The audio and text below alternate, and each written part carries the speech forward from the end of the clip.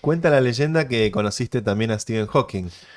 Efectivamente, y Mm. además lo has pronunciado maravillosamente bien. Creo que soy la primera persona que escucho que pronuncia bien el nombre y Bueno, apellido. me animé a leer algunos de sus libros sobre teoría del tiempo.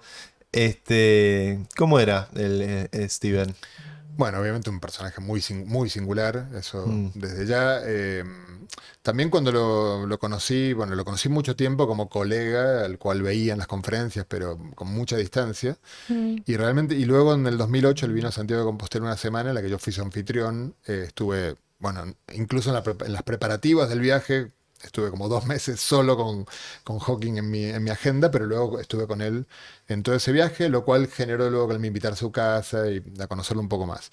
La verdad que conocerlo de cerca me produjo un impacto muy grande sobre su calidad humana que cuando no lo veía de lejos, mm, claro, una persona que es una estrella y que por lo sí. tanto uno más bien ve situaciones en las cuales, no sé, entraba tarde a las charlas como si fuera una falta de respeto al orador, o sea, uno lo veía con cierta incomodidad, como si fuera Mm, un famoso que sí, como abusa una de su... diva. Mm. Exactamente, y cuando me tocó estar del otro lado del mostrador, vi que me había equivocado Mm, terriblemente y que si él llegaba tarde era porque para él prepararse y salir era Claro, algo que muy podía difícil. llevar sí, cualquier número de, o sea, media hora, Claro, una hora, sí. 2 horas.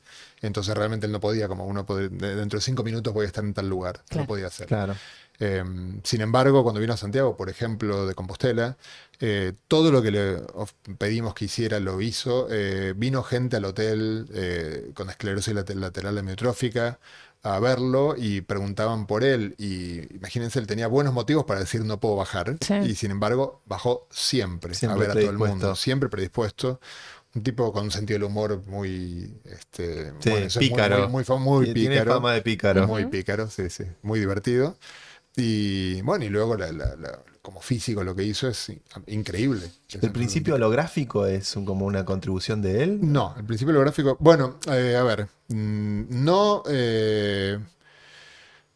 yo diría que no, pero sí Me en encanta que me cierto, corrija, no, pero en pues. cierto sentido hay un preliminar que Mm, él sí algo tiene que ver, digamos, ahí en la década del principio de los 70 un físico muy famoso, John Wheeler, le planteó a sus alumnos una paradoja. Le dijo, si yo tengo un agujero negro mm, que se supone que no tiene entropía, pues la entropía es la propiedad que tiene, por ejemplo, una taza de café, por el hecho de estar hecha de muchas moléculas que pueden estar, si yo agarro todas las moléculas de la taza de café y cambio la molécula 37 por la 248, Ujú.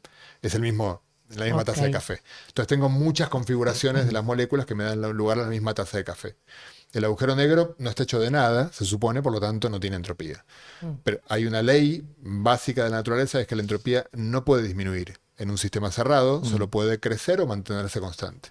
Entonces, Wheeler decía, si yo tengo de vuelta vacío el agujero negro, vacío el universo, perdón, tengo un agujero negro y una taza de café. Entropía, la de la taza de café. Ujú. Y ahora tiro la taza de café en el agujero negro. Me quedé sin entropía y no puedo hacer eso sin violar una ley básica de la física. Entonces le planteó a un estudiante suyo, mexicano-israelí, Jacob Bekenstein, que murió hace un par de años, que tratara de entender qué estaba pasando allí. Y Bekenstein concluyó que el agujero negro tiene entropía, Ah, la calculó, le dio todo bien salvo el numerito que va adelante. Y Hawking, que estaba pensando en el mismo tipo de cosas, en una famosa conferencia que se hace en los Alpes en los veranos en Europa, estaba allí irritadísimo con la respuesta de Bekenstein y se propuso mostrar que estaba mal y demostró que estaba bien y ajustó el numerito que iba adelante. mm. Claro, esa fórmula de la entropía es proporcional al área del horizonte de eventos y no al volumen encerrado por el horizonte de eventos. A Eso la es algo, radiación de Hawking nace bueno, ahí. la radiación de Hawking nace ahí, pero lo curioso es que yo dije antes que la entropía de la taza de café tiene que ver con las moléculas que lo forman. Ujú. Claro, las moléculas habitan el volumen de la Mm, Mm. taza.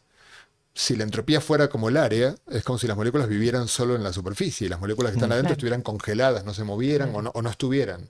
Entonces fue en ese sentido sí que esa fórmula de la entropía como dependiente del área y no del volumen, mm, es el puntapié inicial del principio holográfico. Lo que pasa es que en su momento no fue entendido así, mm. fue entendido como un desafío, bueno, a ser entendido. Más adelante, con la teoría de cuerdas y otras aproximaciones a la gravedad cuántica, se fue llegando a la conclusión de que es una propiedad de la gravedad cuántica, que la entropía sea siempre proporcional al área Al área y no al y no al volumen. volumen.